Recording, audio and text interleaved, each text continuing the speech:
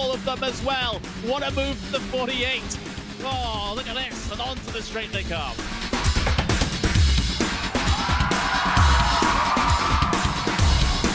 Brilliant move there from number 40 to make it through. That left-hander sliding up the inside, going up now over Hawthorne Hill, down Pilgrim's Drop, and it's brilliant stuff here at Brands Hatch.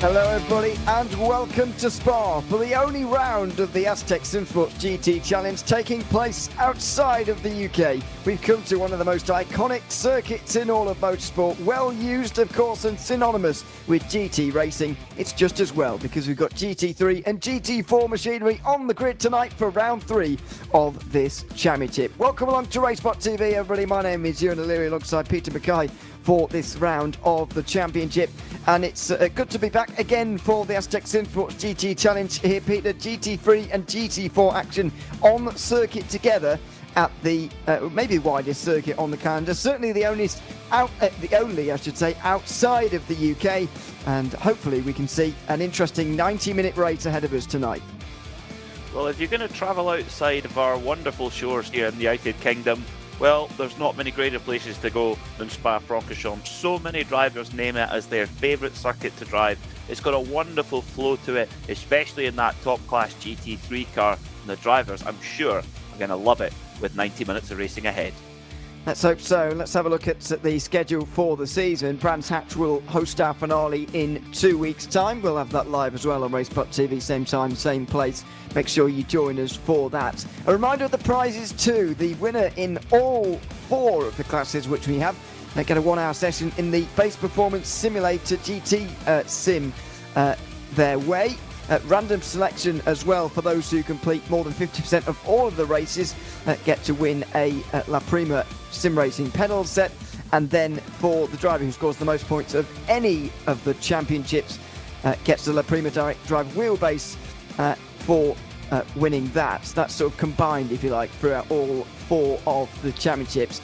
Talking of those, let's go through them, shall we, ahead of the 3rd round of the championship, and we're already halfway, so it's getting interesting and important between Galvalero and Remy Gilbert, who are both on 104 points. They've been the dominant forces in the field, really. Luciano Vippert, with a 5th and a 3rd, has gotten up to 3rd in the standings to lead a group of 4 Porsches. Jack Southfield, Keith Stewart and George Streetley all in that manufacture down to 6th place. Mike Barber is in 7th, ahead of Jordan Pearce and Nathaniel Simpson, with Ryan Ward rounding out the top 10. It's all Porsche and Lamborghini in the GT3 Pro standings.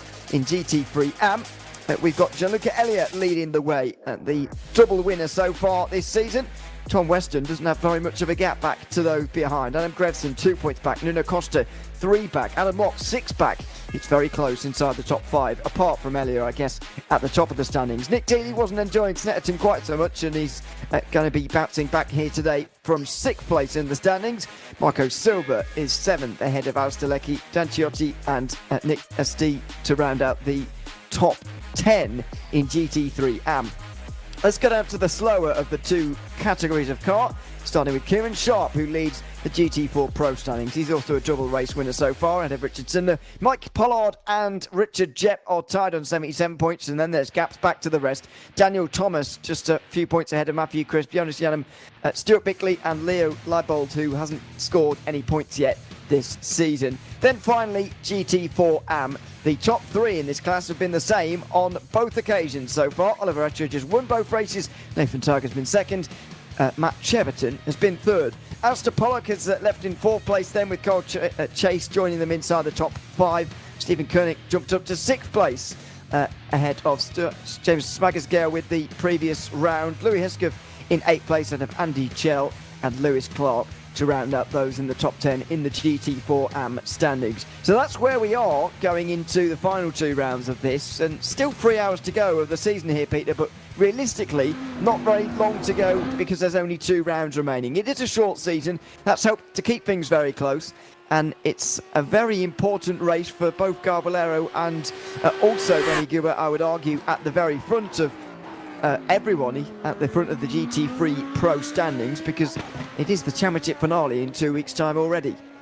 And what that means with that such short season is that you cannot afford to make a big error, to make a race-ending error, and that's something that can creep out and snap you so quickly here at Spa. There's so many of those big commitment corners where it can go wrong so fast. You look at that double left, the double gauche or pull-on as it's sometimes referred to, really easy to lose it there.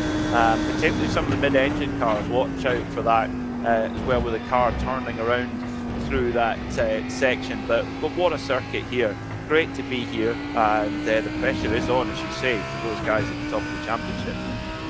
It really is.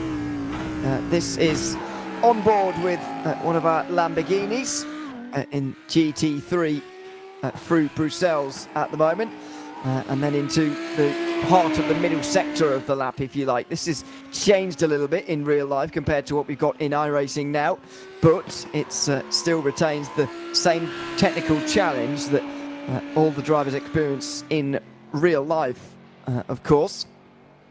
So that's worth bearing in mind as we make our way through the middle sector. Ryan Ward yet to have a time on the board yet. Matthew Crisp does, though. He is leading in the GT4s at the top of the pro standings, just a tenth ahead of Kieran Sharp. Daniel Thomas just less than a tenth further back, then a quarter of a tenth to Richard Simler. It's close in the top 4 in GT4 and maybe in GT4 Pro, or AM, I suppose. We could see a different winner here today, where we've had double winners so far in both GT4 classes. And they'll be hoping to continue that good form, both Kieran Sharp and Oliver Ettridge. But at the moment, Matthew Crisp on top of the timesheets as things stand in that big thumping Mercedes, coming around the final part of the lap now. And the GT4 cars, they don't have the same aerodynamic grip that the GT3s do, so a bit of a balancing act there for them.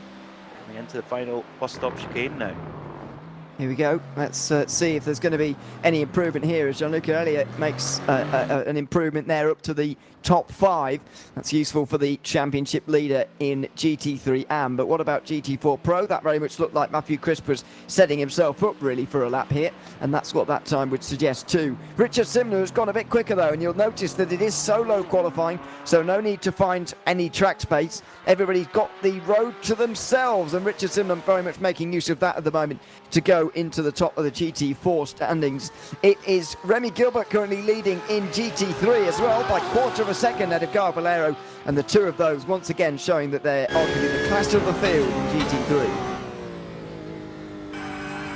So what can Luciano Whitfoot do, the pro class, at the wheel of the Porsche 992 GT3R through the corner? Now, tell me, do you call that X corner? Do you call it speakers, no name? Which one? That one we've just gone through?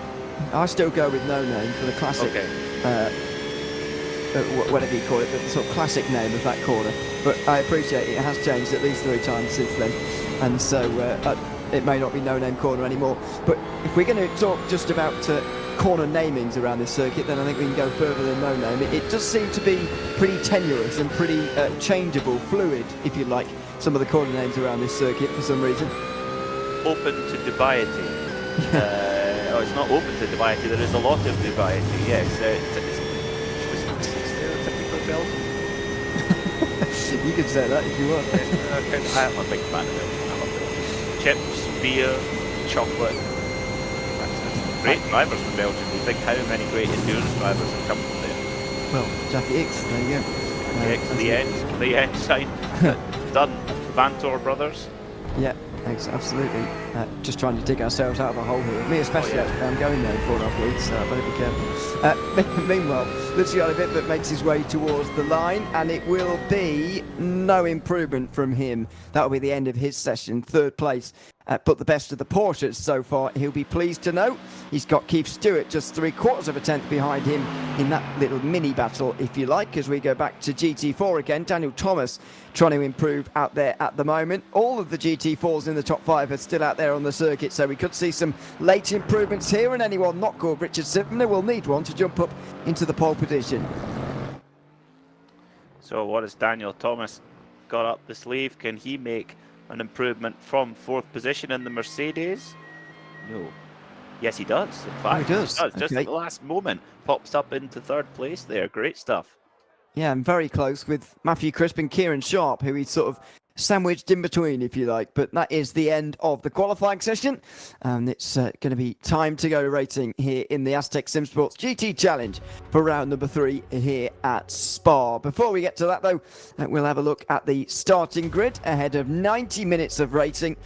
And it's Remy Gilbert who's going to be leading the field away. 3/10 of a second was his margin over Cal Valero in the end, with Luciano Vippert 3/4 of a second back. Keith Stewart alongside him, with George Streetley and Ryan Ward on the 3rd row. All of those drivers just within a second of pole position, but none of them containing the GT3 AM pole sitter, who is Marco Silva. He's alongside Rocco Valentino in that position, with championship leader Gianluca Elia 3rd, and the first driver 1 second off the pace. Mike Barber rounds out the top 10, with Chico Leventhal in 11th. Adam Locke will be another one of those Ferraris in 12th place, ahead of fellow Ferrari driver Nuno Costa. Nathaniel Simpson will be 14th place, ahead of Jordan Pierce and Tom Weston, who round out an all Porsche row 8. Jack Southfield and Adam Grevston are on the next row, followed by Nick Dealey and Alistair Leckie to round out the top 20, with Dan Ciotti and Marcus Hudson the final drivers to set times. Andy Jones, Nick Scott did not in that session for whatever reason.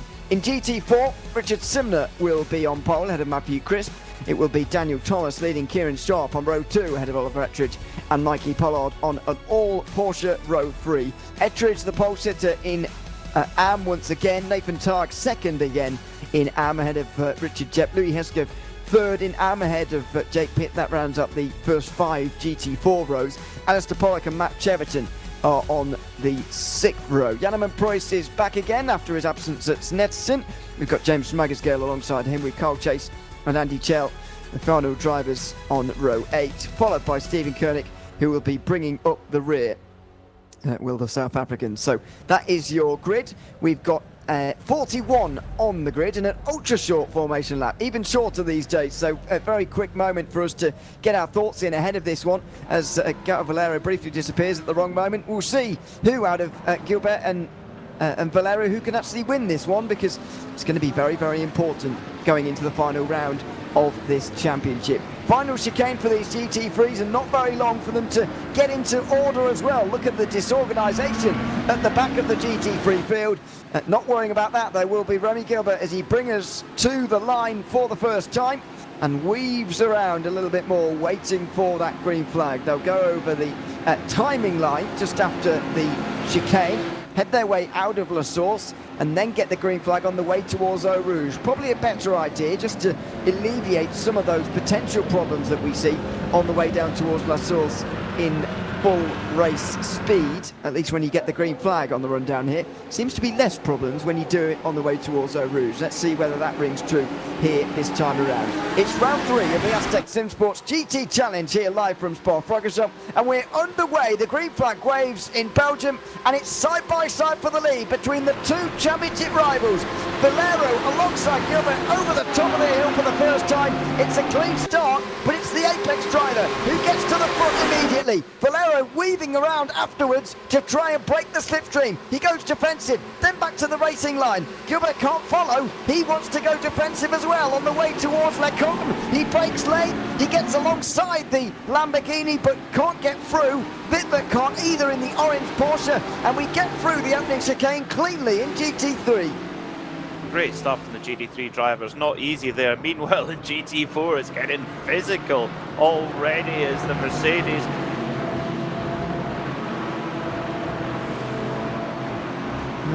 Well, it's contact slightly in GT4, but I believe we've got away all nicely. James Smagersgale has started from the back of the field. Nathan Targ actually might have been off from 2nd in GT4 AM, but that's about it. as far as issues go on this opening lap. We'll have another look at some stuff that went on in a few moments' time when things have settled down. But Gal Valero leads ahead of Remy Gilbert, then it's Luciano Wittbert with Ryan Ward fourth, Keith Stewart, then George Streetley, Marco Silva, the GT3 AM leader. There's very little separation going on in this opening lap of the race.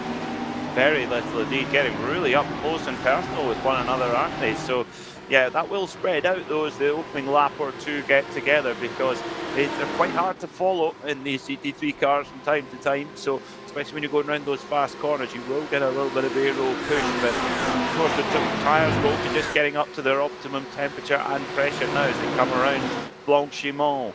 They're absolutely flat to the board, just in a GT3 car as they go for a move on the brakes.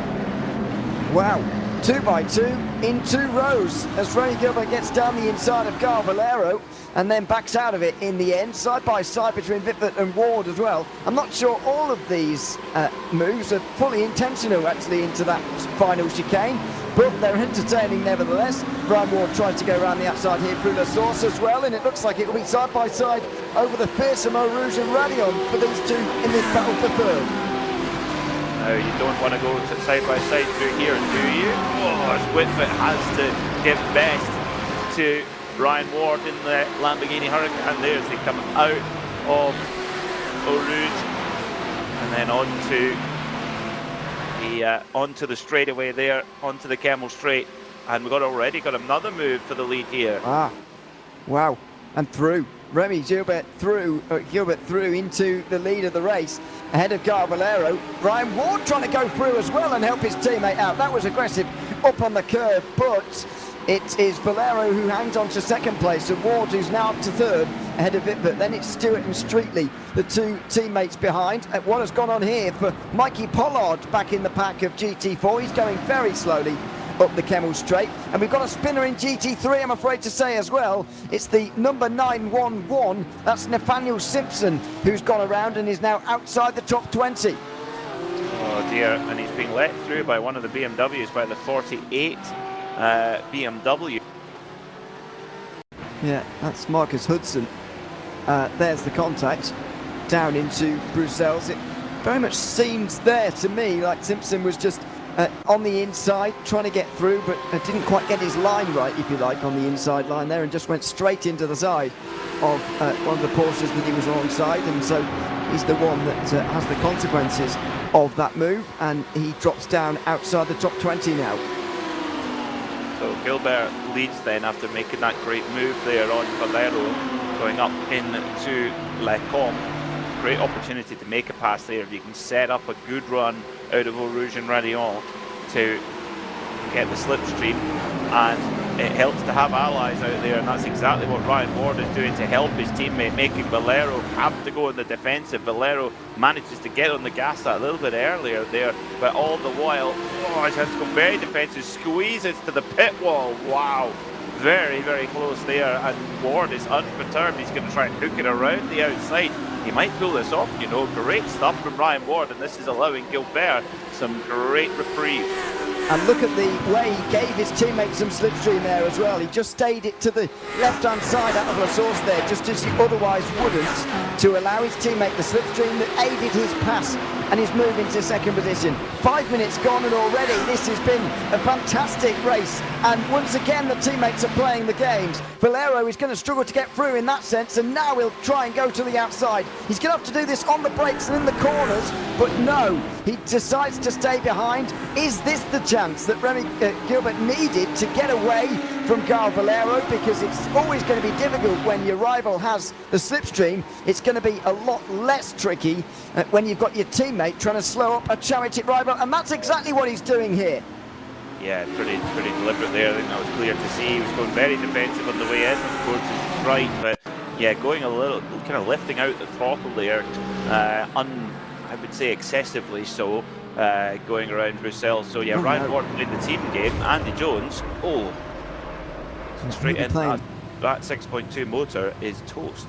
Yes, he'll be playing the pit lane game for a while, I would imagine, after that incident there. Oh, and he's still smoking in the pit lane, isn't he? Goodness me. He's got it back somehow. Yeah. don't know how. But anyway, they do have one fast repair to use. You could roll it home from here. It might just be letting go now. Sorry, I didn't realise how bad it was. It's horrendous, isn't it? He did go head on at one of the fastest corners here. We mentioned it top of the show. Coulomb would be a difficult corner, and I thought it'd be the mid-engine cars that would struggle more. Well, the front-engine Mercedes there pushed in a little, but they do get a fast repair, so can take an instant repair there in the pits, but not the ideal start to the race by any means. Not at all. This is the ideal start for a neutral if you're looking at GT4, because it's been very close and very interesting so far between these guys. It's Richard Simner who's currently leading the way ahead of Daniel Thomas, Matthew Crisp and Kieran Sharp. It's similar back here as well, although Remy Gilbert now has got the lead. Gal Valero, I'd imagine, is going to be furious about what has transpired in front of him on this occasion, as there's moves going on for the AM lead. Up here, Costa is the one at the front. Nuno Costa, excuse me, not Nuno Costa, Marco Silva, I should say. Then Rocco Valentino, who was just hanging on ahead of Mike Barber in the train there. So that was important for Valentino to do that, but he may be toast here on the run up the Kemmel Straight. What about these guys for fourth place? Vipvet could be under pressure here. Keith Stewart just gives him a little nudge, as if to say, get on with it. And Valero struggling to get through as well here. And all the time that Remy Gilbert is allowed to be in the lead here, his gap is only growing. It's more than 2 seconds now. Yeah, and this is the thing. If you've got allies out there on track, it makes so much of a difference. Gael Valero is kind of out on his own, really, with the Apex Racing team, the only car on that squad there. So yeah, it's really, really tricky for him. I mean, lap times last time by, we didn't get an indicative time for Valero, strangely, but Ryan Ward, a 2:20 flat, 2:18.7 for Gilbert. Yeah, it's side by side here in GT4, if you like, but it is one of the GT3s that is coming through, and the BMWs making its way back into the pack again. Nick D after problems, and there's more, I'm afraid to say, at Malmedy for the driver of the 26 BMW. That is going to be even more damage on an already difficult day for Nick Dealey. Oh dear, that's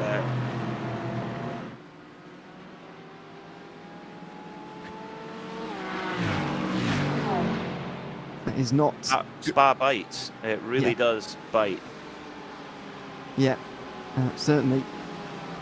And unfortunately, that is a big accident for Nick Dealey. Where has he found himself? In the pit lane, I would imagine, although he's still on the road somewhere.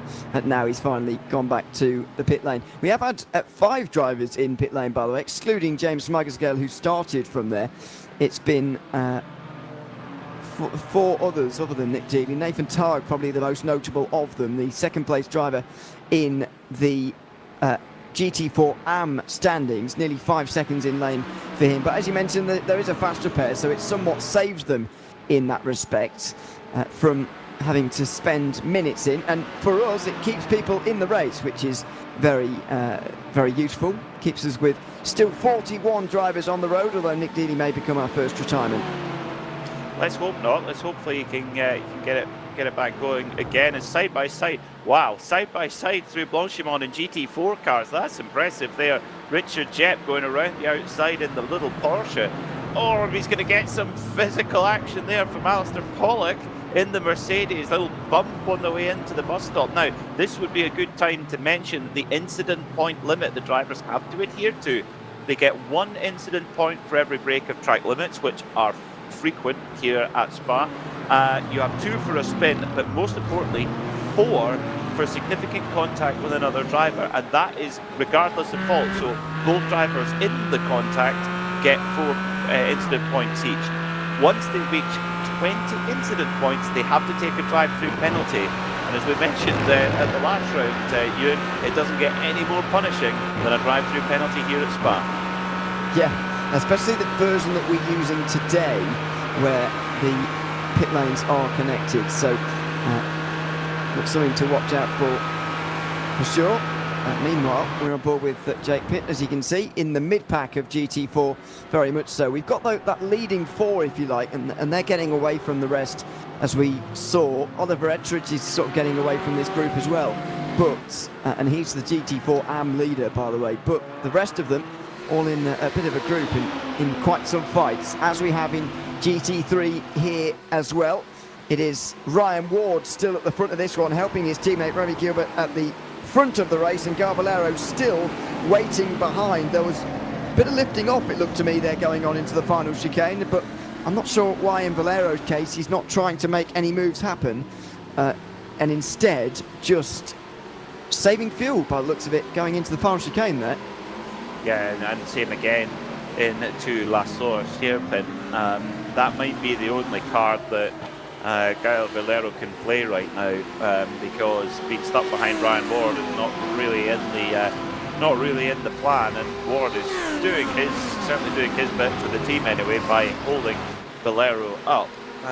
There is a way to do that within the rules and ethics of the championship, and yeah, he's at the moment doing a very good job of that. So here, for example, Valero, could have a look, but no, he's just breathing out the throttle a little bit early into the braking zones. And why is he doing that? Well, he's trying to reduce the fuel consumption and therefore save time when he goes into the pits to fill up with fuel again. Yeah, and I still think that that's all well and good, but if you're 3 or more seconds behind the driver you're chasing principally, it may not help you out as much as necessary, but we'll see how it transpires in the end. This is one big group after all, and so there'll be a lot of fuel saving going on here. And the GT3 AM battle is probably the most interesting of the leading battles at the moment, maybe apart from GT4 Pro, which is going on, headed by Richard Simler. But Marco Silva is leading here in this group. He's in the 83 Mercedes. You can see his sort of dark blue, all-in-one livery, if you like, in the midway down this group. The Lamborghini behind him is Mike Barber, who's been fighting his way through the AMs for the last few moments, but his nearest rival is Rocco Valentino in second place. Then it's Nuno Costa in third. So it's pretty close for the lead in AM, less so in Pro, as you can see here.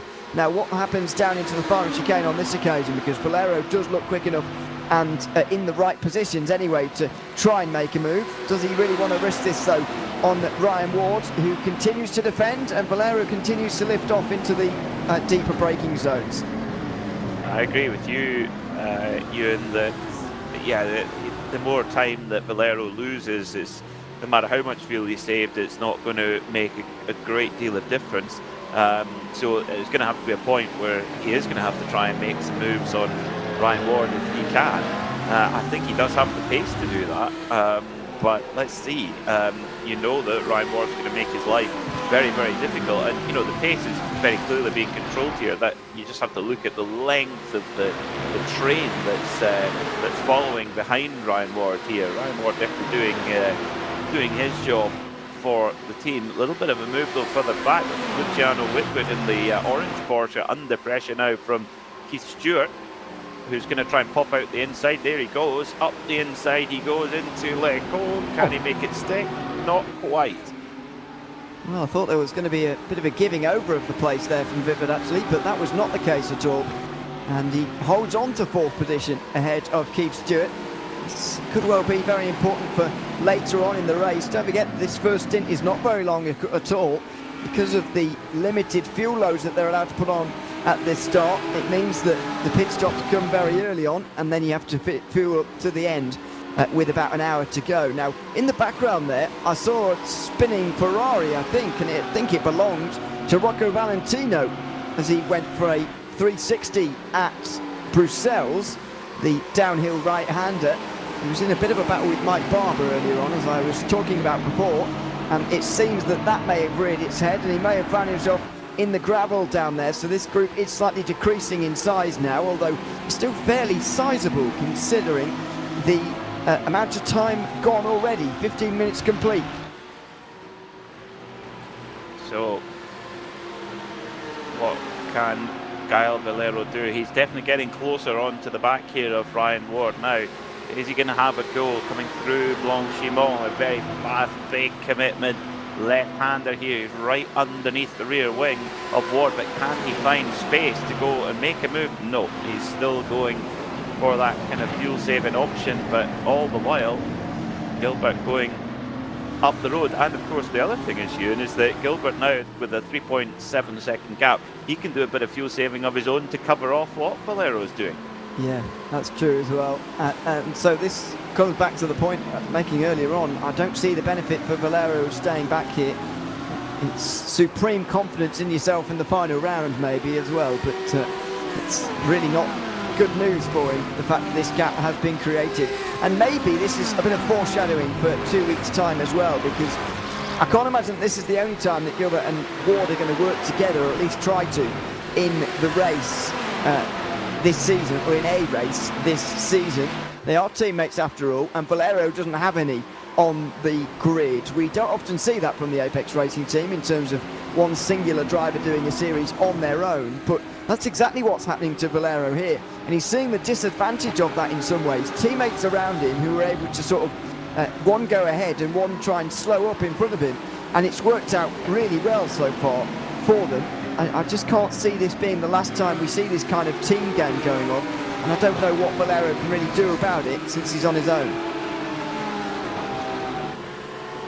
So on GT4, still very, very tight. Richard Simner hanging on to the lead for now, with Daniel Thomas in the Mercedes right in behind there, car number 60. We also Matthew Crisp in there too. So Kieran Sharp nowhere to be seen in that top three at the moment. This is Alistair Leckie into Bruxelles. He spins around just a little bit too quick around the corner. A few GT4s have to negotiate him. This is what happened to Rocco Valentino. I thought something went wrong here, and it was on his own. He wasn't tipped round by anybody. He was overtaken by a couple of drivers before that spin, and it's maybe a demonstration of what pressure can do to you. You don't want to sort of let these things snowball. A couple of drivers overtake you and then you make a mistake is something you really want to avoid, really. Yeah, of course, with a name like Rocco Valentino, you have to be in the Ferrari. I think that's the rules. Or Lamborghini, that's true. You do have the option there. And Rocco's very handily written his name on the side of the car. So we spot him out on track. He's already going to try and catch up for lost time there, trying to make a move on one of the Audis.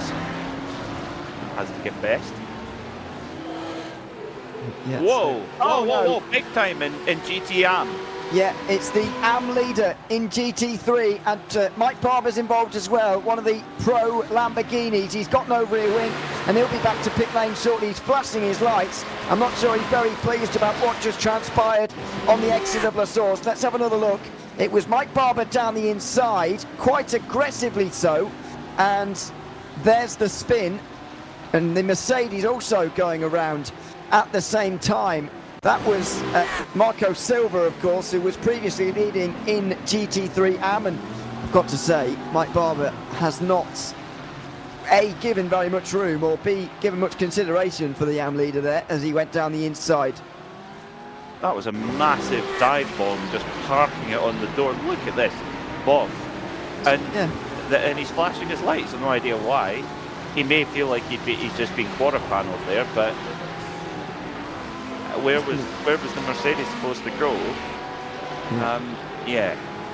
Meanwhile, Johnny Elia is dancing a jig at the wheel of his Porsche GT3R. Yeah, he's now just half a second off the lead with Nuno Costa. The thing for me as well is that Mike Barber wasn't even on the apex there at turn one. He sort of missed it in his fixation on that Mercedes on the outside of him. He missed it entirely as Carl Valero's gone. Carl Valero goes for a spin through the campus chicane, and this is a big moment as far as this championship is concerned. Carl Valero was running third, looking for second, needing second place if Remy Gilbert's going to lead and win the race. This is a huge potential moment in this championship as Remy Gilbert leads. Carl Valero was third. What happened to him? He's been doored by a Mercedes, or does he go into the side of the GT4? That's one that will be up for debate as well. Oh dear. So of course traffic is an issue. Big difference in corner speed here between a GT. No, I would say he drives into the side of the Mercedes. It looks like it from that angle. From the first angle, I wondered whether the Mercedes changed trajectory, but from that angle, doesn't put Valero in a great place. No, and that could be a championship deciding mistake there. Really, we're talking at such fine margins in a short season. Yeah, just drives into the side of it. It's like it, and as you say, fine margins decide championships, especially this one. And all of a sudden, Caballero has to gain a lot of places. He is 7th in class, by the way, which is, as you'll note, quite a few behind the race leader, as now the group really splits apart. Ryan Ward is suddenly going to turn on the pace here and get away as best as he possibly can, and the group for 3rd place is all going to kick off. This is a podium place that they're now fighting for, and George Streetley is up ahead of Luciano Wittwert. I wonder how long they are waiting for that moment here, and maybe both teammates are going to do this. Down the inside for Keith Stewart, he was looking at it and didn't go for it on the way towards Brussels on that occasion, but it just makes you wonder how long those blue and black Porsches were waiting for an opening, and they've now finally got one to get ahead of Luciano Wittwert and onto the podium places. Well, now we're really seeing what everyone's got. The pro cars are streaking away for the AMs, and we're seeing, yeah, Ryan Ward immediately dropped close to a second off his lap time on the last lap, so yeah, it's different ball game now, where Ward can kind of run his own race, doesn't have to worry about holding off one of his teammates' main championship contenders. Of course, remember, Valero and Gilbert came into this round absolutely tied on points, on 104 points each. So yeah, and look at the pace now that George Streetley's been able to unleash. Now that he's got past Wittwert, he's got his sights set on Ward in the Lamborghini. He certainly does. And this could be a move into the final chicanes. It gets very dark all of a sudden out over the circuit. Wonder how the decrease in temperatures is going to affect these drivers. Does Wittwert go defensive? Not especially, but then again, Keith Stewart wasn't particularly assertive in attack either, and so they remain single file through the chicane. Just ahead of the AM leader Nuno Costa, AM leader who's no longer benefiting from the slipstream, and it's a good fight in AM still. The Porsche just behind that Ferrari in the background is Elliott, the championship leader, looking for a 3rd win on the bounce. The AM battle interesting as ever, with Adam Locke just behind them as well. They're absolutely nose to tail there for the lead in AM. The top 3 all looking for the same position, as meanwhile Keith Stewart is going to have a go, I would imagine, on the way towards the comp. The run up the hill there for Stewart so important. Has it been good enough? It's going to be no difference in straight line speed between these two Porsches. They're in the same car after all. Interestingly, his teammate not offering up a slipstream there, and so Wittwert's going to be helped along on the outside. Is he going to stay ahead though? Maybe. He's still got his nose ahead into the second part and will shut the door from Albany. No, not quite. Stewart continues on the inside and can't quite get the exit needed for a run into Brussels, and so that move goes away and they lose a bit of time to Streetley. So off then for the 98 Porsche, Jack Southfield. A little bit of damage on there too in that 911. Oh, another one for Silva as well. Oh dear, so Marco Silva's day goes from bad to worse in GT3 AM, and it looks like they've got together, and yeah, not great. Oh no, not good. No. No, Southfield, the one, ends up off at Le Com, and then it's going to be a bit later when Marco Silva eventually gets it wrong. He's got a damaged car, I would imagine, and that's what caused him to lose it on the exit of Maud. He gets a flash of the lights from Southfield as well on the way past, and those two will now be separated, I would imagine, in the field, thankfully, because it looks like those two were getting a little bit interesting with one another, shall we say, as the battle continued on. Well, yeah, I think they might need to be separated in the virtual paddock as well after that one. Yeah, just flashing together, coming into the braking zone for Le Com. So our GT4 leader, now with eyes on the mirror, not just for defending against Daniel Thomas, but also for the GT3 cars coming through and trying to manage that well. It seems to have gone a little bit in the favour of Richard Simler, the leader in GT4 right now, so that's good. Now the first corner for the GT3 leaders again. Remy Gilbert heading the field by 4 seconds ahead of Ryan Ward, who's been caught now by George Streetley ever so slightly. Luciano Vitt's still defending from Keith Stewart, and then there's the AM battle in GT3. Nuno Costa still leads, but Gianluca Elia would very much like this position to go 3 on the bounce, very much so in the Asetek SimSports GT Challenge. Here go the Porsches up ahead actually. Stewart again looking up to the inside, but just not quite being as aggressive as his teammate was, and maybe Stewart could take a leaf out of his teammate's book there, because Streetley has been able to get a 1.5 seconds up the road as a result of being a little bit more aggressive with his overtaking, and there was another chance, another half chance that he didn't take. So Elia, fierce competitor in that 11-10th Porsche, and to get a move on Ferrari up ahead of them. Two quite different machines in their performance, but iRating wise, Nuno Costa 2,500 iRating, John Elia 2,000, so slightly higher ranking for Costa, but that doesn't necessarily mean quicker. It can be misleading sometimes, these iRatings. You can. Yeah, it certainly can. Good afternoon to everyone who's tuned in on YouTube this afternoon. Chris Cush of the, supporting anyway, shall we say, Keith Stewart and George Streetley in particular for the Pure Motorsport team today. Mentioning to us that fuel is very tight, and that's something to watch over the course of the next few minutes as we get towards pit stop phase for the first time. Meanwhile, Nuno Costa on the defensive here as we've got a car off at the first chicane, at the final chicane I should say. It's Alistair Pollock in the 21, reverses quite comically out of the way, as we do have a couple of drivers down on pit lane. Gianluca Elia and Adam Locke make their way in. The rest of them able to continue on, and I reckon it's going to be trouble for those who need to come in on this occasion. It's restricted to half a tank of... this is the replay, by the way. That was very clumsy on the way towards the final chicane. If you need to pit before half an hour after half a tank of fuel, then there's nothing to suggest, in my opinion, that you'll make it to the end or with more than an hour to go on a full tank of fuel. I know the pit lane is very long and will eat up a lot of time today, but these two could be in trouble with making it on fuel today now. Will need fuel save, that's for certain. But yeah, it will be tight, and I think a lot of it will depend on where the white flag drops and where the leader passes the line to see if they're going to go a lap longer or not. But coming in, these are the cars we need to watch. Can they get to the end? Oh, it's going to be very tight, very, very tight. Tires up on the jacks, full service. Up on the jacks they go. Now, by the way, we have had our first retirement of the day. Nick Dealey won't be re-emerging from this pit lane today as a result, apparently, of his monitor turning off once or twice during that race, or the part that he was in anyway. So that was not ideal, as you can imagine. So he is out at the moment.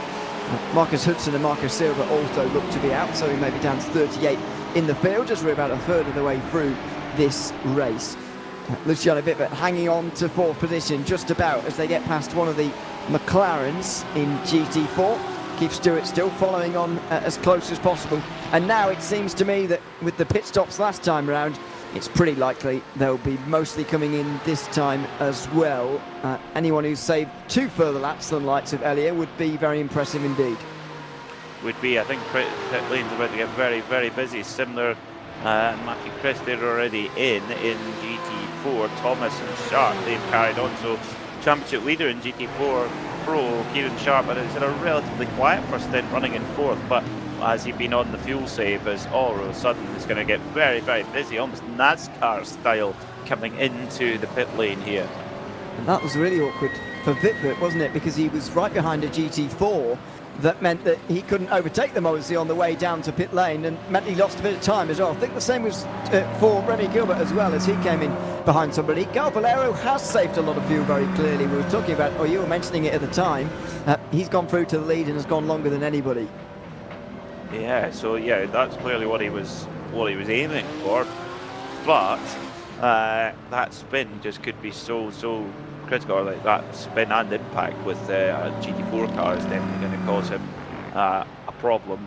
A big delay. It is seriously packed in the pit lane now. It is. Richard Simmer, the previous GT4 leader, is one of them into the pit lane. I think most of that 4 group actually is in the pit lane from GT4. Yeah, Matthew Crisp is in, Louis Hesketh, Matt Cheverton, Kieran Sharp, they're all in here, I think, in GT4, as they are in GT3 as well. Everybody tries to find their box without overshooting. Just seen that Nuno Costa not going up on the jacks on that occasion. Oh, that's, sorry, Marco Silva's car that's just stuck and retired from the race so far. So everybody who should be up on the jacks is. Carvalero is the only driver then to continue round. Where will the likes of Gianluca Elia be on the exit of the pit stop phase here? Because don't forget that Nuno Costa went on for 1 lap further in the leading battle in GT3, and there is Johnny Elliott ahead of Adam Locke by quite some distance, and a 1 second quicker pit stop has certainly given him a bit of an advantage going into this final hour of the race. So out of the very crowded pit lane come our leading group. So Johnny Elia coming through now, and where is he going to factor? He's jumped a lot of places there, has Elia. So now this is the question. Now Elia clearly he needs the fuel save from now into the end to be able to get to the end, but he has the track position, and as we've seen, you can defend pretty hard if you want to. Let's just ask Ryan Ward. So Johnny Elia in the AM class, don't forget, in a very good position. Yeah, I'll see really. On a normal circuit, you would suggest that he might be just saying, well, I'll just make 2 stops then, but around here you really don't want to do that, as the race leader, Carvalero, comes into the pit lane. He was briefly race leader early on, of course. This time a very tenuous lead because of the impending pit stop. And now he's going to give that up again to Remy Gilbert, who's not actually as far in the lead as you might otherwise have thought. Meanwhile, this is the battle for the lower positions. This is 7th place on backwards. Adam Locke trying to find his way at the moment past Keith Stewart. Then there's Jordan Pearce, who's catching up, another Pure Motorsport driver, sandwiching in Adam Locke at the moment. 2nd place in the AM standings, and Nuno Costa, who was leading for most of the first part of the race, is 3rd in AM and behind these guys in that grey Ferrari. So that's a big change in AM with John Elia. Just looking at the pit stop time, 40 seconds in the box for Elia. He's definitely, the rest are all sort of 41, 42, so yeah, he maybe could have got round. He was maybe on the borderline possibly, and he wanted to maybe get out of that train thinking, but it's a risk. It's definitely a risk, that knowing that, you know, there's only so much of a fuel capacity you have, and it's an hour really tops at normal fuel burn, so he's going to have to be fuel saving all the way through. Yeah, and that's going to be interesting to monitor. We'll get back to GT4s in a few moments' time, by the way. Oh, this is awkward for Valero, and now he's going to be stuck behind someone on the pit exit as well. This is just a nightmare for Valero, I'm afraid. He will lose a lot of time, as if he hasn't lost it already. Look at where he's found himself now. He's behind Nuno Costa. He's back down to 10th place again. I really felt like that longer first stint, Peter, would give him a bit of position back, but it hasn't, I'm afraid.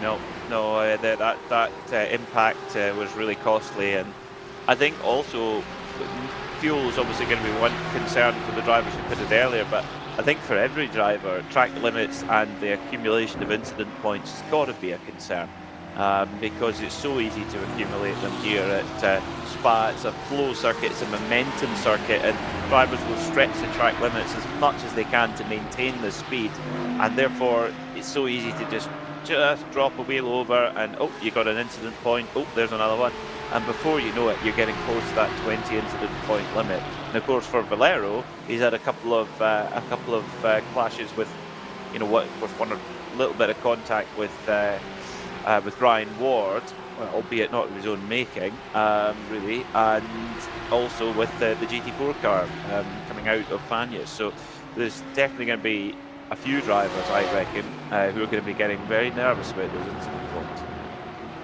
I would have thought so. It's always a discussion point.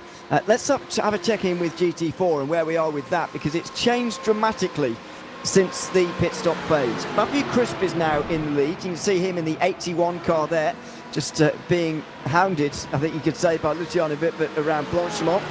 Daniel Thomas is just in second position, ahead of Richard Simner a few further seconds back, and that's third place in the GT4 standings. Then at fourth is Richard Jett, nearly 10 seconds further back.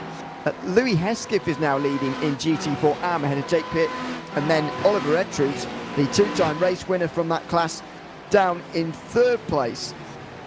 We are clearly missing Kieran Sharp. I'm not entirely sure if we've missed him where it's been an accident a few laps ago. He's now 3 laps down, so it didn't happen all too long ago, but these are the kind of things that happen in a pit stop phase. That was Matthew Crisp very nearly getting tipped around by one of the Ferraris as they went on the run towards Eau Rouge. There'll be a bit of tension now between the two classes as we're settling into this race, and the GT4 leaders are trying to get on with their day. Oh, big little squeeze there going on as the Ferrari, Nuno Costa trying to get through one of the Porsches. Now, did he get through? No. Not quite. I'm not sure how not, to be fair. The Porsche was very much interrupted onto the Kemmel Straight that time around, but look at that in the GT4 lead, just further behind. It's the two Mercedes, absolutely nose to tail. One covered in white at the front, one the darker livery of Daniel Thomas, trying to find his way through. Now it'll be Gal Valero who will get past the both of them and they can resume their fight, but still, there's going to be a sort of question mark hanging over the entirety of this race, in my opinion, in terms of who's going to be making it on fuel, who can already be comfortable in making it, who's going to be doing fuel saving to the end, is anybody going to need a splash at the end, how many laps is this race going to be? That's going to be quite important. There's a lot of unanswered questions, and questions that won't be answered for another 45 minutes. Well, that's what it's going to get very tense, I think, particularly at the cockpit of Johnny Elia's 1110th Racing Porsche, because, I mean, 4th overall right now. That's an amazing effort for the AM class driver, don't forget. And he, of course, Johnny Elia leads the GT3 AM Championship by a fair margin, it must be said. He leads by, he leads by 27 points at this stage. So a win would really put him in a very, very strong position going into going into Brands Hatch in the final round. Yeah, we're very much looking forward to Brands Hatch. It's going to be very, very different to this circuit, of course. It's a Grand Prix Grade 1 circuit in that respect. Lots of runoff, big wide open spaces on occasion as well here at Spa these days. Not quite the same at Brands Hatch in terms of runoff, in terms of passing places for traffic. It's going to be very different indeed. Look at Daniel Thomas here in the number 60 car, so close to the back of his fellow GT4 Mercedes of Matthew Crisp, who's currently leading the way out here in the field. Crisp has only been at one of the 2 races so far this season. That was a podium finish at Snetterton 2 weeks ago, with Daniel Thomas also enjoying 1 podium and 1 0-point score so far. They'll be hoping to make it a second podium, and they'll both be hoping for maybe a first race win of the season here tonight. It's going to be slipstream for Daniel Thomas. Let's just see if he lifts off. A little bit, maybe. Couldn't hear a lot, to be honest, down the straight, but to be honest, I think even if he was trying to go through, he may have just run out of straight to do it anyway. It was a slither, wasn't it, of lift and breathe off, more just smoothing it out. Keep the tyre in as well. That's one thing I always find where you can do a bit of fuel saving whilst also managing the tyre, keeping it in good condition for that last sprint, because we know in GT4 it's going to be a sprint to the finish.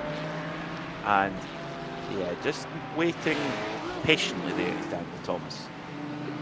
But well, now he might have his chance. An opening there as one of the Audis gets down the inside. Thomas decides not to take advantage of it, and he was quite graceful in that respect. Matthew Crisp wouldn't have been happy to lose the position in that way. Flashing of the lights has happened again there from GT4 to GT3 on that occasion. but Matthew Crisp retains the first position nevertheless ahead of Daniel Thomas. But this is going to be an eternal battle now for the GT4s. It's not one of those series where the field stays really tightly packed together in either of the classes. Actually, it means that the cars are spread out all over the place. For GT3s, it means you have to lap a slower car most laps. For GT4, it means you're passed by someone on most laps, and that's going to affect this battle. As you can see, it is doing, even on the way towards Spa-Francorchamps. It's a tight squeeze around there because the speed difference between a GT3 and a GT4 is huge going through a corner like Spa-Francorchamps. The GT3s are just on flat through there, so even depending on... Oh, no! You get sandwiched. It's a Ferrari sandwich. And there's more flashing of the lights from Crisp as he hangs on to this lead, but only just, and now he'll tuck into line. Daniel Thomas, the new leader in GT4 Pro, as Matthew Crisp is forced to tuck into line as a result of some pretty clumsy lappery going on from one of the Ferraris there in the final chicane. It's always so awkward when you've got two different classes of car who are pretty identical in speed, and it's, especially at low speed, there's not much to choose between the two classes. Well, fantastic stuff. Just trying to get through there. That's what multi-class racing is all about. And the battle still rages on at the front. Daniel Thomas taking his opportunity, and through he goes on Matthew Crisp. Now Crisp, he's both of these drivers really could do with some big points to get themselves back up into the championship charge. Let's have a look at some pit stop times for everybody here, because I want to understand a little bit about who is where and why, and whether they'll be able to make it to the end or not. So race leader as a benchmark, Remy Gilbert did a 41.3 seconds box time. That's pretty uniform with the likes of George Streetley, Keith Stewart, Adam Locke, all within half a second of that time. However, those who went a little bit below that include his teammate Ryan Ward. Gianluca Elliott got into the 40-second mark. Pit stop time and maybe the fuel loads that we're concerned about. Well, welcome back to live pictures. If you haven't been hearing us chatting along in the last few moments, then apologies for that. We welcome you back to the race situation here at Spa, with around 40 minutes to go in the third round of the Asetek SimSports GT Challenge here on RaceSpotTV. As we left it, we still had Remy Gilbert leading the way, and we've just been talking about some of the championship implications of this race here today, and the fact that Gilbert may well be leading by some distance at the ends. Garvalero languishing down in 10th place at worst in the field. He'll be hoping to gain some of those places again in the final half of this race, I should say, and that will be very interesting to watch. We're currently following with some of the GT4s out there on the circuit.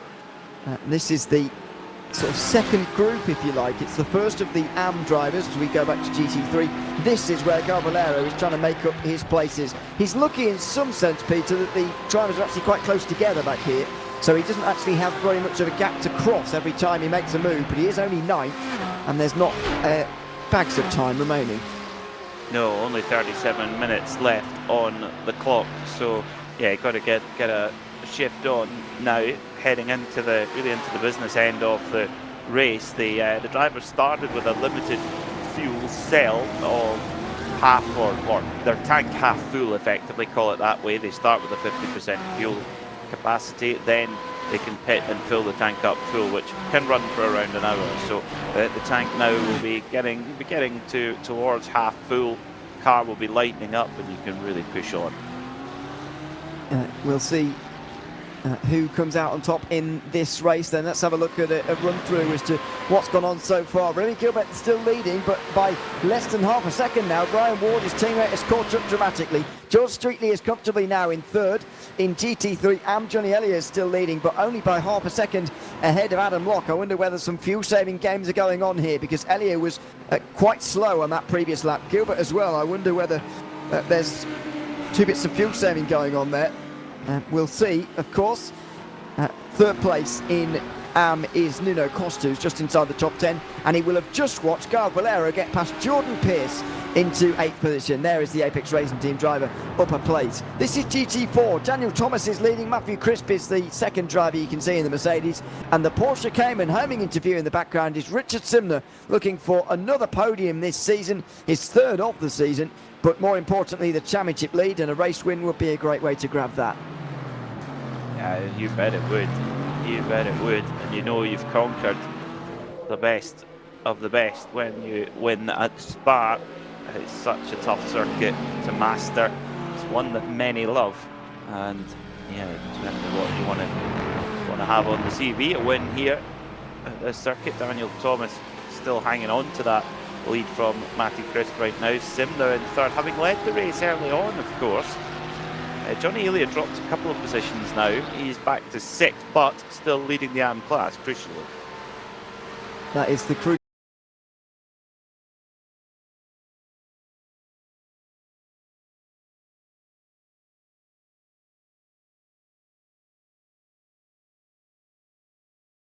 Welcome back to Spa once again. Apologies for the technical problems in the last couple of moments. We'll be back at Spa in the race session once again very shortly. Apologies for making people think that their internet's having problems. There we go. Yeah, we'll be back very shortly with the race all over again. Just over half an hour remaining in the day for the third round in the Asetek SimSports GT Challenge. We're here at Spa for the only outside of UK round of the season. And as we left it, Remy Gilbert was just ahead of his teammate Ryan Ward. As we've mentioned before, Peter, it's a very important race for Gilbert and Valero, who are or have traded race wins so far this season, one each, and now they are or were 1 and 2 in this race. That's no longer the case, of course, and in fact it's Gilbert with very much the upper hand. But I'm just a little bit concerned about whether he can make it on fuel here, because the fact that Ryan Ward has caught so quickly suggests that A, he's been fuel saving a bit, and 2 laps in the 2-minute 20 certainly suggests that for a driver of his caliber, and B, suggests that maybe he's lost that time on purpose so that he could either get Ryan Ward ahead of him and use the slipstream, or get Ward right behind him to sort of push him along almost, so that fuel saving can happen that way, which either way is a slight concern. Yeah, could or do the job that he did at the beginning of the race and be the kind of rear gunner, the protector, because of course Valero is fighting for that. Gilbert is fighting for that championship, trying to hold off Valero. Now remember, Valero, he was able to go he was able to go a lot longer than everybody else, so he's okay on fuel actually. So Valero, he can be the man on the charge. He might well run out of time, but Valero can still gain lots of positions and actually really limit the damage here. So this is far from decided yet. In the first 2 rounds, Silverstone and Snetterton have had really big gaps at the front of the field, but actually that's no longer the case here at Spa. It's all very, very close indeed. So it looks like the 2 teammates are still leading the way, but Valero has got so many places to gain in the next 10 seconds even, and that's even before getting to the lead of the race, so maybe all hope is not quite lost for him. Just under half an hour remaining then at Spa. Welcome back to coverage here on RaceSpotTV. Remy Gilbert still just with Ryan Ward at the front of the field. Then you can just see in the background George Streetley and Luciano Bibbert in the sort of bright orange, if you like, in the Porsche. Another blue and black Porsche in the form of Keith Stewart, part of the same team as George Streetley in the 3rd place, and also Jordan Pierce inside the top 10. Good day for them all in all. And in GT4 there'll be a fight to watch too. It looked like the top 3 were getting together again back there as well. But there's a view of the top 5 on your screen just coming around the corner there. It's just a look at how close it is, and it's a little bit remarkable really to talk about here just how close it is, because remembering back to Snetterton only 2 weeks ago, we were talking about such domination from Valero and Gilbert, who were really the class of the field, and nobody was really near them. Look at Valero here, despite his problems, 9 seconds off the lead in 6th. So this Valero, it's been quite a fight back, hasn't it? 9 seconds off the lead after the issues that he had. Quite impressive, and you'd think that he could maybe climb some more positions. Is a podium possible? Ooh, let's see. I mean, George Streetley, he's about 5 seconds back from George Streetley, who holds that last spot on the podium right now. Best lap for George Streetley, a 2:19.2 for Valero, a 2:19 flat. So would need Streetley to have to go in the fuel save hard and Valero to really go full attack, but let's see. Speaking of full attack, Richard Simler's going to be doing that here by the looks of it in the Porsche Cayman. He's going to duck out and hit a wall of air as the two Mercedes get together on the outside line. Simler's going to find that difficult, but he'll get late on the brakes instead. Inside line at Le Comedy, straight through. Not even a side-by-side moment between the two of them, really. Daniel Thomas immediately just shoved back down to third position, and Richard Simler up to second in his charge for the front of this race and the front of this championship as well. Started the day 17 points behind Kieran Sharp. He's going to overtake him at this rate with a third podium of the season, but he'd really like to make this podium a race win finally, and he's done all he can for the moment to get back into that position. Now into second after, let's not forget, catching these two drivers with no help really. He had no slipstream or any help from anybody else, but still managed to catch these two at the front of the race, and that has given us 3 for the lead now in GT4.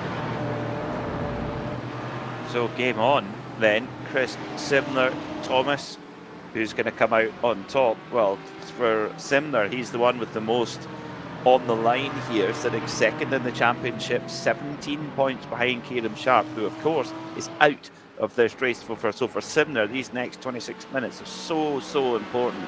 Really wants to get on top of our leader Matthew Chris and get out there and win this race in class. Oh, Elliott's got a bit of damage here, or is this a teammate in the Porsche? No, it is Elliott who's lost the lead as well. Adam Rock is now ahead. You can see him in the darker Ferrari just up ahead here. We now have a new winner in the GT3 AM field for the first time this season, as clearly Elliott has made contact with something somewhere. His front left, to me, just looks like it's slightly dishevelled, and you can see a bit more of that tyre than you should be able to. So what happened then to Elia? Now Valero's gone by him there in the Lamborghini. So coming through into X left-hander. All okay. Oh, is it going to be Pujol? It might well be. Coming up towards the double left here. So easy as you're coming in for the rear to get away from you. Oh, it's like watching a... No. Well, this is interesting, because unless I'm going absolutely mad, he's definitely got front left damage there, hasn't he? But unfortunately that wasn't it. But wonder if it was related to Adam Locke's pass, because in that shot that we were seeing there, the Ferrari was definitely behind the Porsche. Meanwhile, Richard Simler has just overtaken Matthew Crisp again here, and he may well have just retaken the lead in the Porsche Cayman. Now, those leaders are not too far ahead of the GT3 drivers, so that's about to affect the leaders as well, although, as I said, it's pretty much a constant now for the GT4s to be lapped by faster traffic. Richard Simler has completed his run to the front of the field, though, and despite a pit stop time more than 5 seconds longer, the two Mercedes he now has behind him, he's overcome that margin, recaught them, and re-overtaken them for a new race lead. So Simler then to the front in GT4, and oh, big crash, Nathaniel Simpson in the wall. That's the fresh out the pit lane 911 Porsche. Nathaniel Simpson had to come in earlier on for a similar sort of, well, not a similar crash, but a crash, and he's in the wall again, I'm afraid, here, in an awkward place to get going again. Oh yeah, got to wait for a gap, and that's not necessarily easy. Oh dear, what a pity, what a pity. There's no gap anywhere. He's sort of perpendicular to the road as well, which isn't helpful. Fast part of the racetrack, he's decided, well, I might as well just go for it anyway at this point. And now he is going to find a bit of a gap. He's got to get... Oh no, don't leave yourself there. Oh, he's just about left enough space for the two GT4s to continue their battle. He's better off just going now that he's on the road, or reversing maybe, but now he'll go. Will he? He's edging his way back onto the circuit, but with not much urgency, and now he'll go. Nathaniel Simpson there made that maybe a bit difficult that he more difficult than he should have done, but it was better safe than sorry, I suppose, on that particular situation. And we will get a look in a few moments' time as to what happened to him, but that wasn't ideal at all. This is the moment into the wall. He was catching lap traffic, catching GT3 traffic, in fact, and just lost the rear. Oh, that's a nasty one. That is a nasty one. So easy to do, though, at Pouhon. Just rotates around you, and yeah, there's no catching it at that stage. I'm afraid not. This is the GT4 leading battle. Is Richard Sindler about to drive away from these Mercedes as well? He's got GT3 traffic between himself and his rivals, and this is going to be difficult for Matthew Crisp to overcome, because another Mercedes will get down the inside, ironically a teammate of Richard Sindler. Is this the gap that the race leader in GT4 required to bring it home?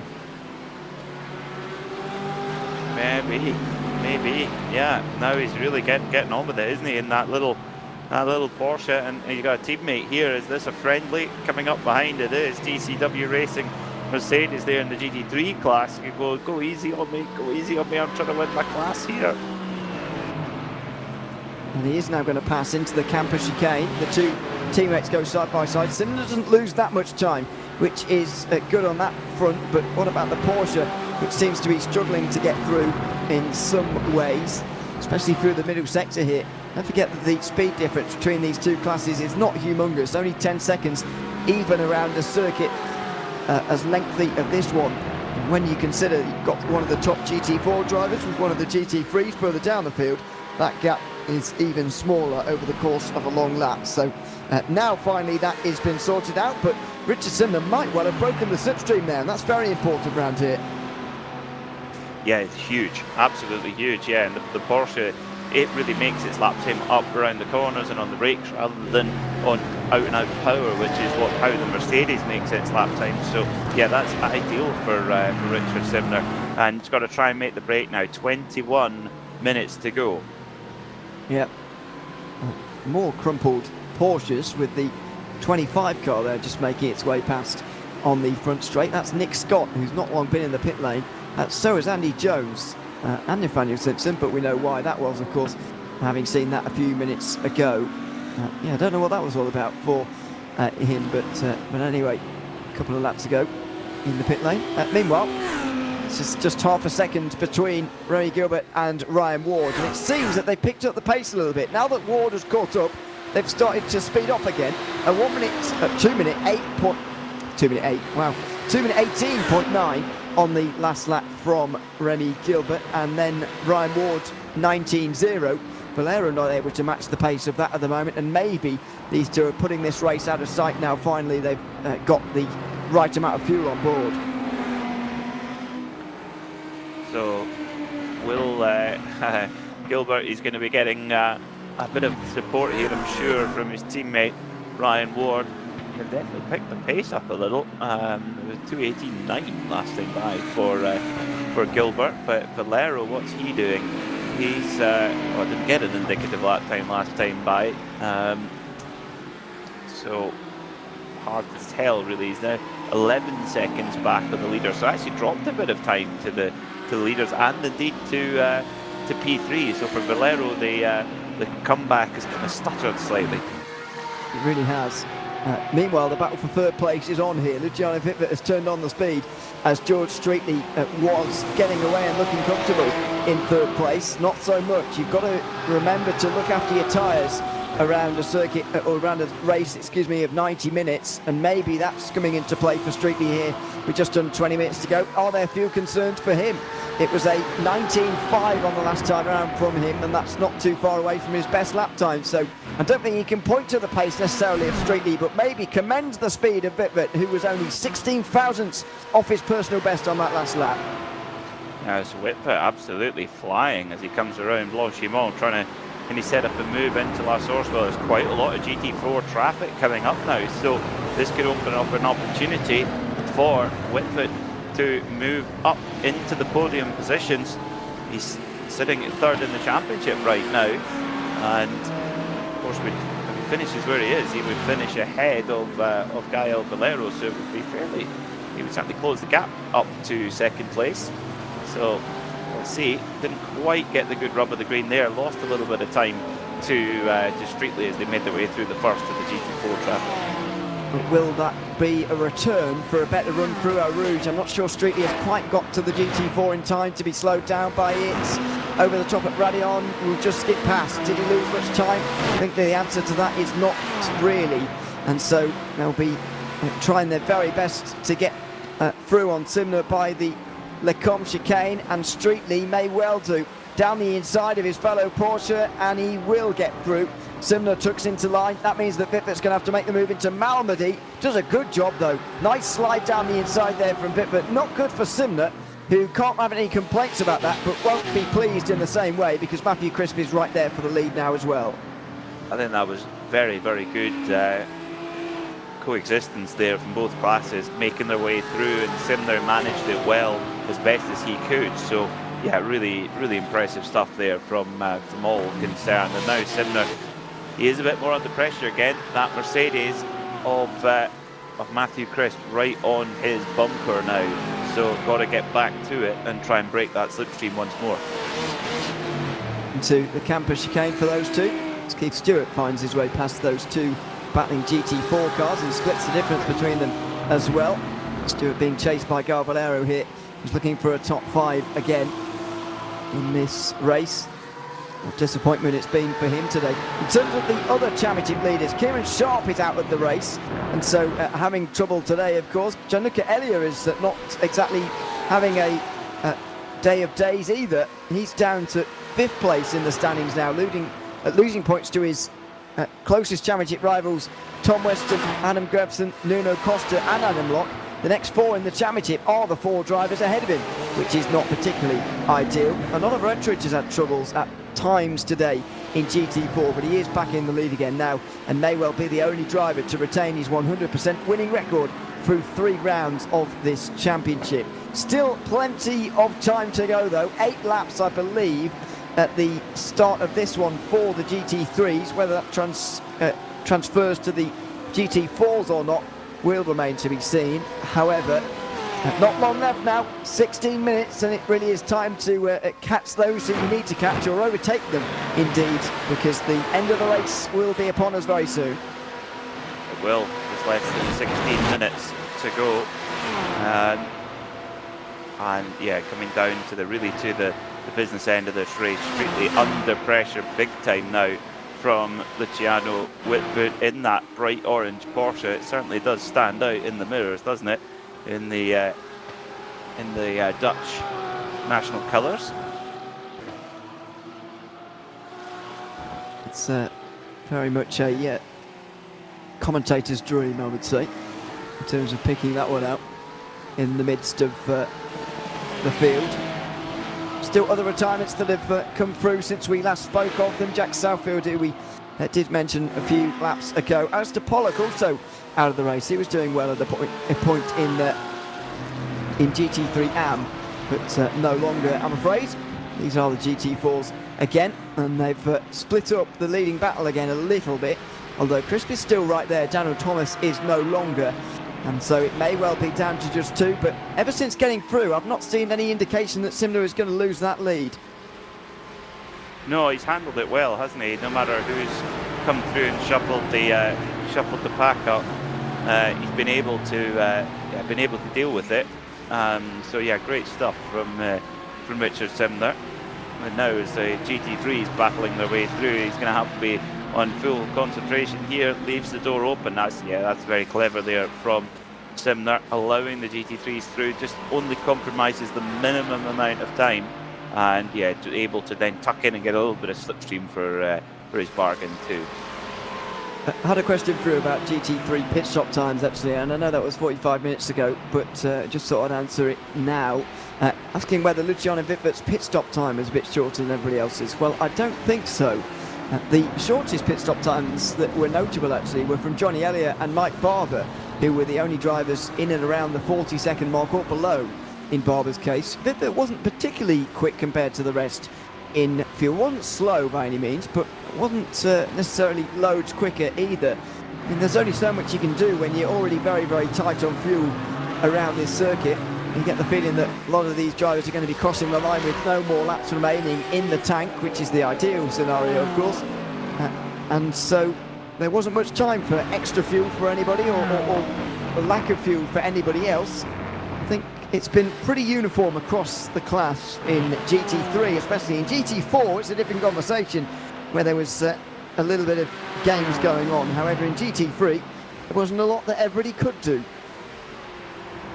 No, a little bit more, a little bit more straightforward in GT4. Notice one of the drivers coming through.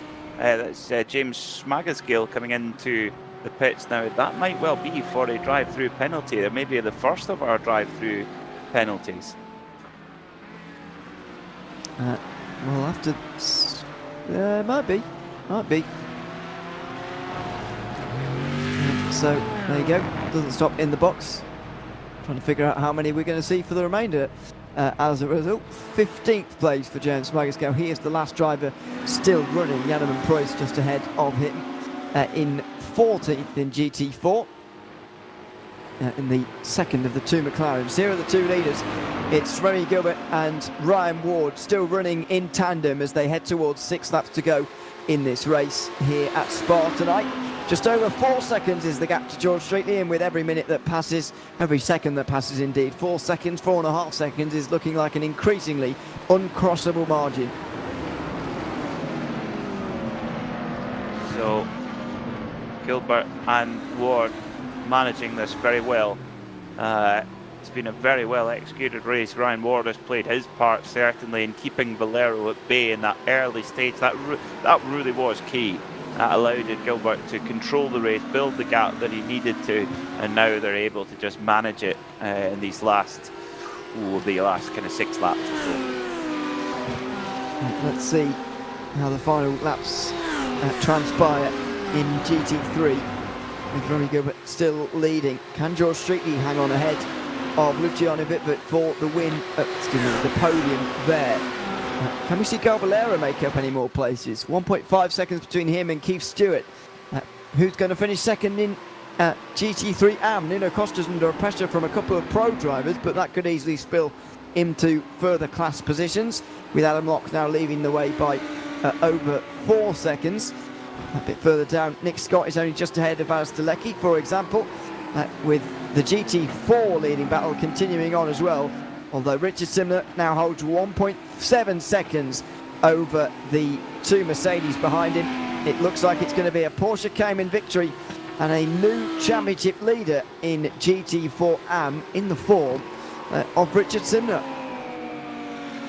Yeah, Kieran Sharp, former leader in GT4 Pro, well, he'll be licking his wounds and hoping to try and bounce back at Brands Hatch, but I think he might then need Simler to hit issues to try and nick the championship back. But of course, it couldn't really be a proper British championship finale without being at Brands Hatch. How many dramatic finales have we seen to both the British Touring Car Championship and the British Superbike Championship at Brands Hatch? It's just the perfect location for it. I didn't think about it like that. I didn't think about it as a proper synonymous championship ending place, but it is when you think about it. It certainly is. Many pieces of drama down the years, so let's see if there will be a few more. We'll have it live, of course, on RaceSpotTV in 2 weeks' time. Make sure you join us for that. Meanwhile, Luciano Vitvet wants a podium, and he's going to have to look to the outside here into the bus stop chicane to do it in the final 10 minutes of this race at Spa-Francorchamps this evening. He's trying to work his way past in that orange Porsche to be the best finished of the Porsches in the field here today. Bit of GT3 traffic ahead as well, which is even more awkward for them.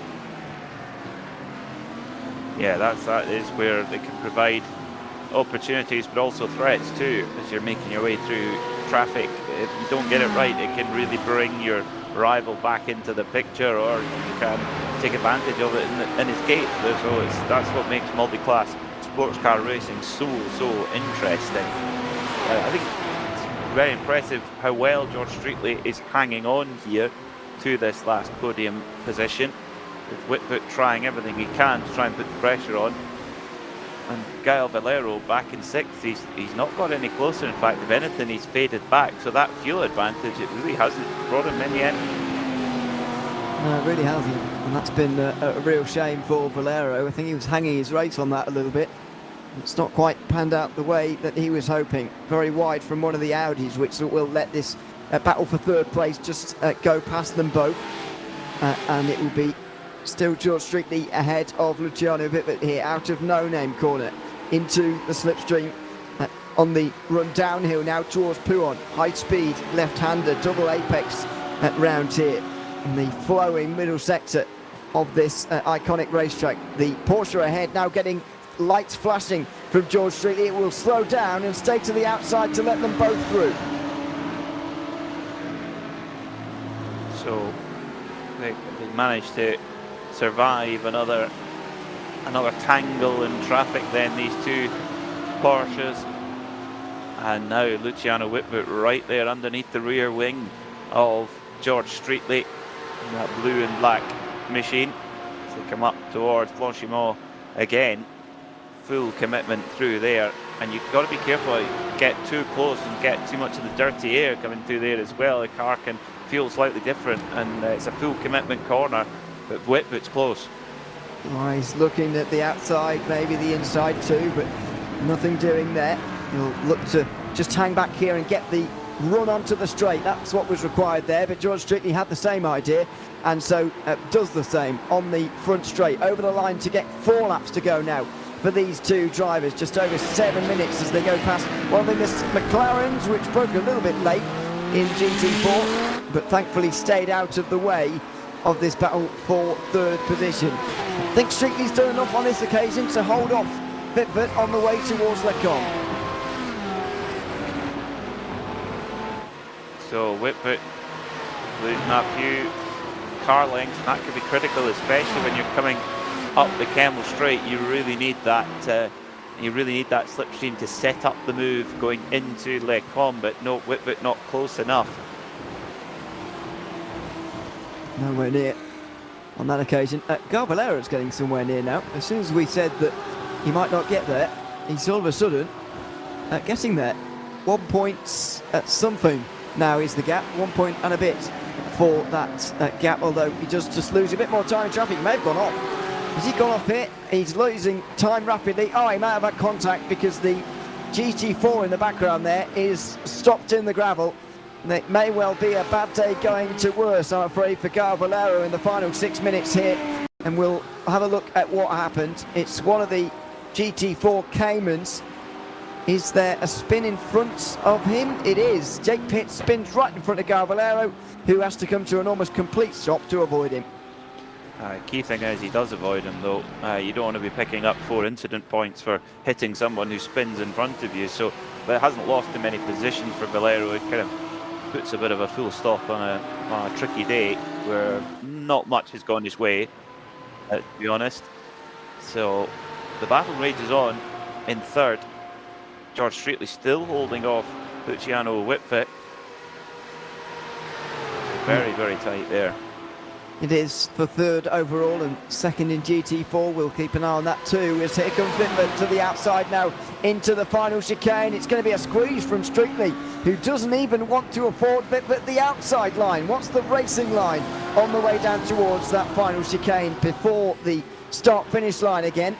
He'll be in the slipstream here, will Whitbut, but it'll be a surprise to see a dive here at La Source. It's not particularly the corner that you normally see a move taken. You see a later apex there, a better exit, and a run towards Le Combe.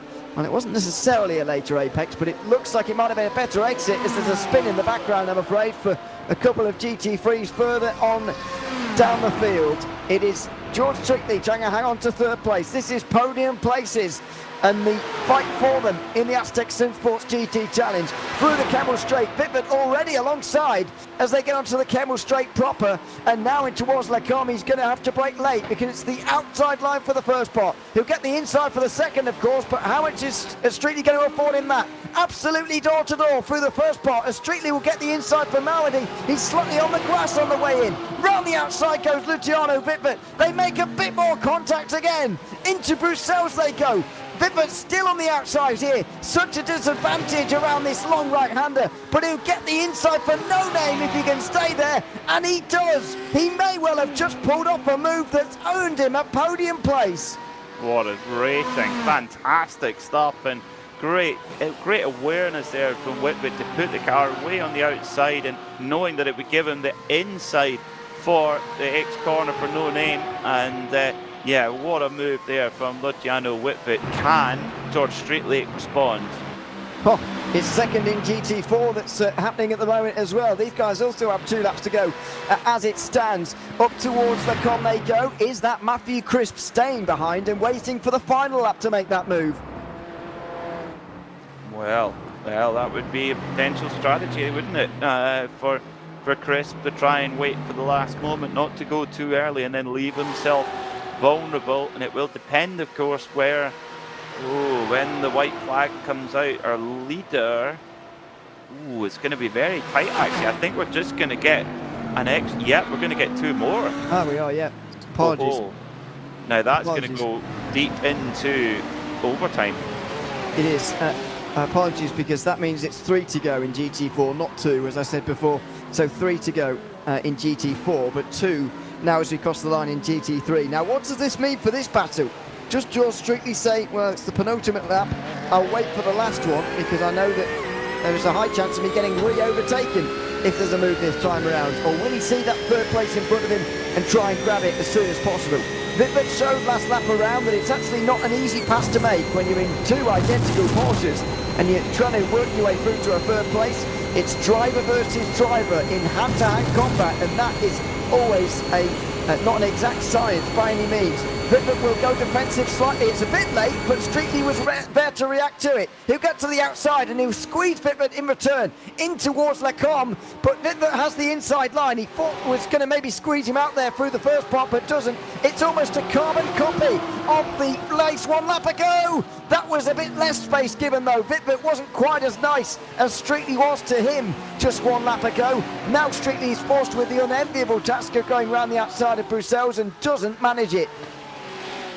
Wow, fantastic motor racing between these 2, and like you say, Whitbit does that a little bit more aggressive holding, hanging Streetley out to dry, really, it must be said, and hanging on to the position. But they will get to go through that section once more as we're on the penultimate lap.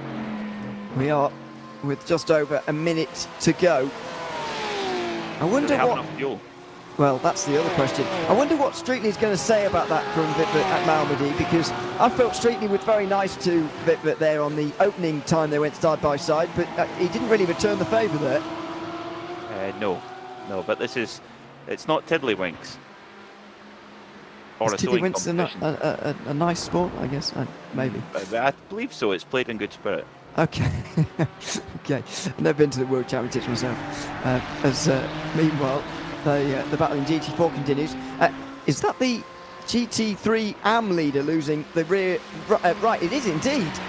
This is Nuno Costa, now ahead of Adam Locke, who's just ahead of Jordan Pierce. Now, what has gone on here? Because Adam Locke was leading by 5 seconds previously. He's no longer, and Nuno Costa is missing some of his rear left at the moment as well. Yeah, something definitely gone amiss there between the two Ferraris, and well, you need to be careful not pick up too many incident points unless you don't want to get a drive-through penalty and have that added to your race time. Here we go.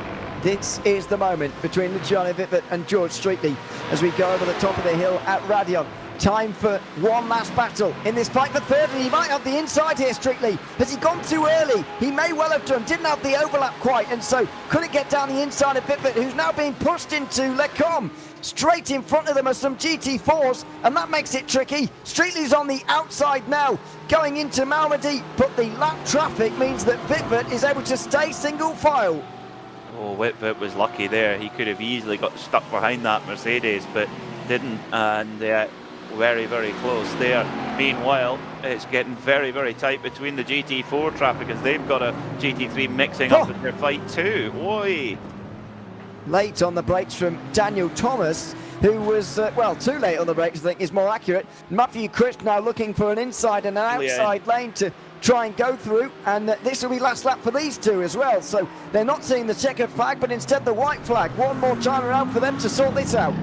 Johnny Elia had to pit, so that pitting that lap early has cost him. If we'd maybe just gone one lap less, if the clock had fallen that little bit, then he would have got round. But no, he's had to come in and pit and lose a huge number of positions there for Johnny Elia. Yeah, don't forget he came in for damage earlier on as well, so there's been all sorts of miscalculations going on there. As the battle for second in GT4 will rage on, Remy Gilbert will be making his way to the line. Crisp is weaving around left and right, looking to hold on from Daniel Thomas, and looks like he will do on the way towards Lecombe. Meanwhile, Remy Gilbert is going to take a big step forward to the Asetek SimSports GT Challenge title. He wins here at Spa-Francorchamps. The only round outside of the UK is going to go to him, and the momentum that he has built up over Galvalero is going to give him the championship lead as well. Luciano Wittfurt is going to finish on the podium with the leading battle going to the line as well. Nuno Costa is a long way ahead of Adam Locke, who was really chopped up at the end, although he's gone. Nuno Costa has spun around with Jordan Pierce, who's been fighting with him, and there is Adam Locke, who's crawling to the line. Costa will be very thankful for that. He will still get to the line first. Yeah, but has that tipped him over the incident point limit though? Because that would obviously be 4 incident points. If he's close, that could make a difference still. So we'll have to wait for the post-race results. Wow, that would be quite a story. We will wait for the post-race results to find that out. The pro winner in Richard Simner is on his way to the line. We've already had the AM winner, by the way, I believe. Oh no, Ettridge did make it round for an extra lap. He just about made it round, so we'll see the AM winner very much on his own later on. But this is the battle for second, the final battle on the circuit, really. Matthew Crisp looked like he's got that. Richard Simner has certainly got this. He was only 17 points behind Kieran Sharp coming into today, but his race results have been trending in the right direction. Third at round 1, second at round 2, and first at round 3 for Richard Simner, who wins at Spa. He will take the championship lead into the final round as a result as well, and maybe be taking that Porsche Cayman Tour title ahead of Matthew Crisp and Daniel Thomas on the day. Great drive from Simner at the most important time. Yeah, that's how you deliver under pressure, and that puts him in a fantastic position going to Brands Hatch into the final round.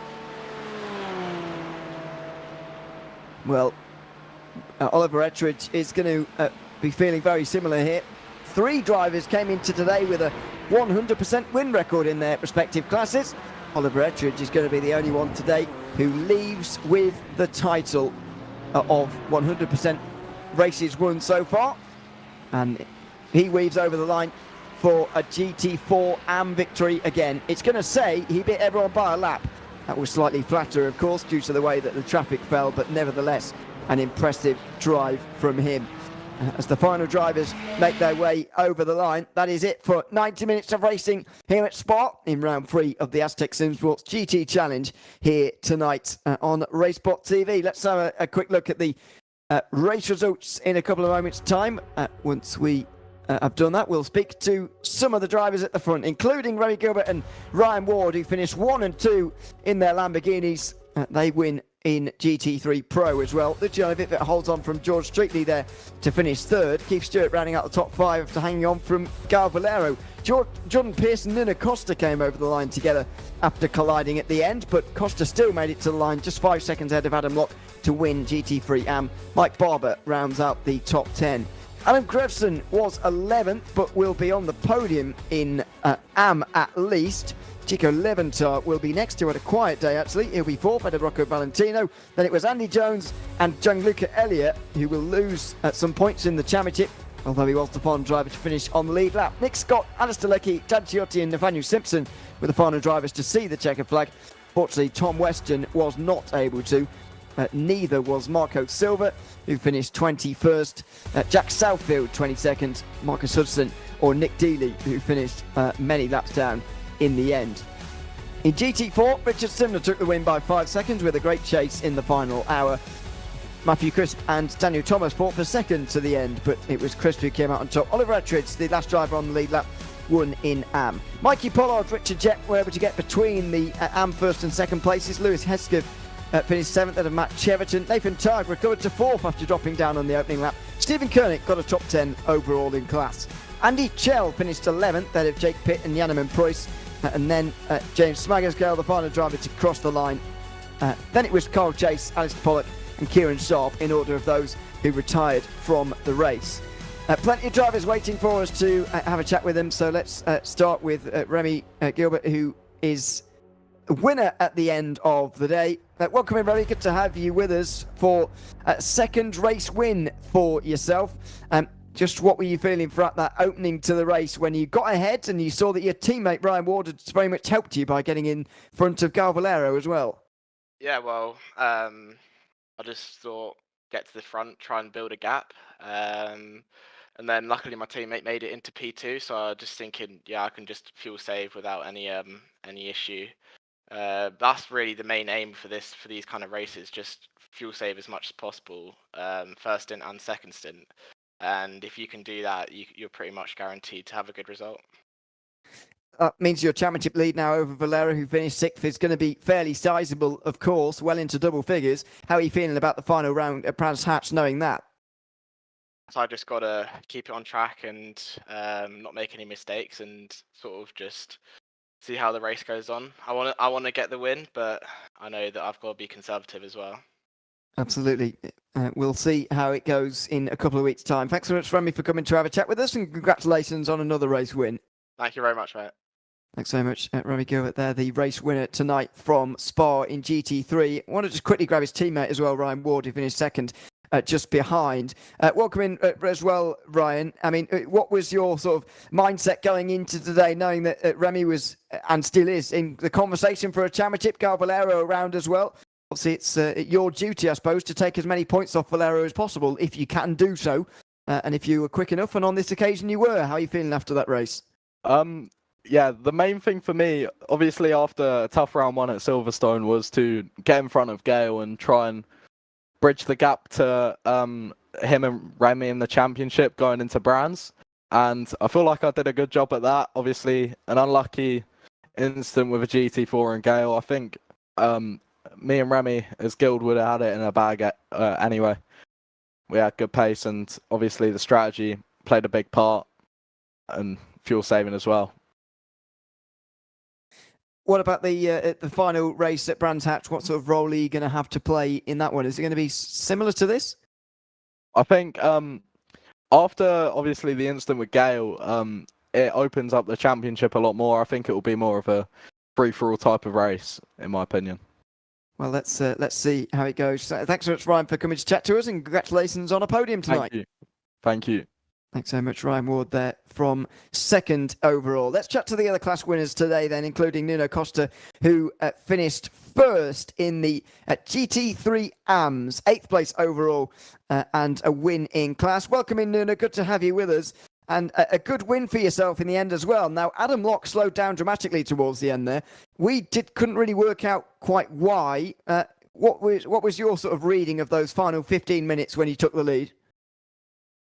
Fuel saving. I think was a great race. Another great event. Really awesome events organized by Motorsport UK again. In the past, stewarding hasn't been great, but let's see how it keeps going. But yeah, I think this race was really about tactics. In the first stint, I saw that both cars the cars that overtook me after in the first stop, they stopped one lap earlier than me, so I knew that they would be out of fuel at the end. The question was it enough, or was there a lap? And it wasn't, and I'm sure that was why Adam had to slow down. It was fuel saving from the very first lap until the very last one. So I think that was the trick. The pace was good for everybody around. I think the difference was how people managed it throughout the race.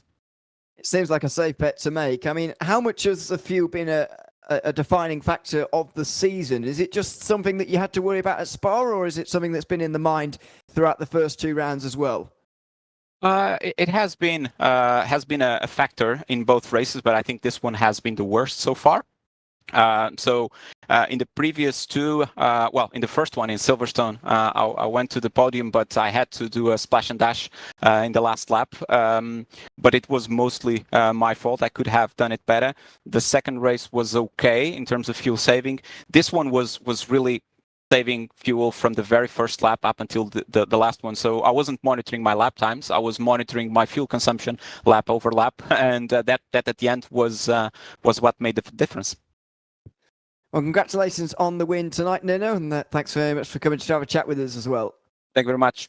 Thanks very much, Nuno Costa there, the winner in GT3 AM. Let's go down to GT4, where Richard Simner is the victor. Congratulations on a win tonight, Richard, and a championship lead as well, which you're now going to hold going into the final round. What was the sort of mindset in the final hour of that race there? Because you came out a couple of seconds behind the two Mercedes in front. You had a bit of catching to do and then a bit of overtaking as well. Did you believe that you had the speed to catch and pass those two ahead of you?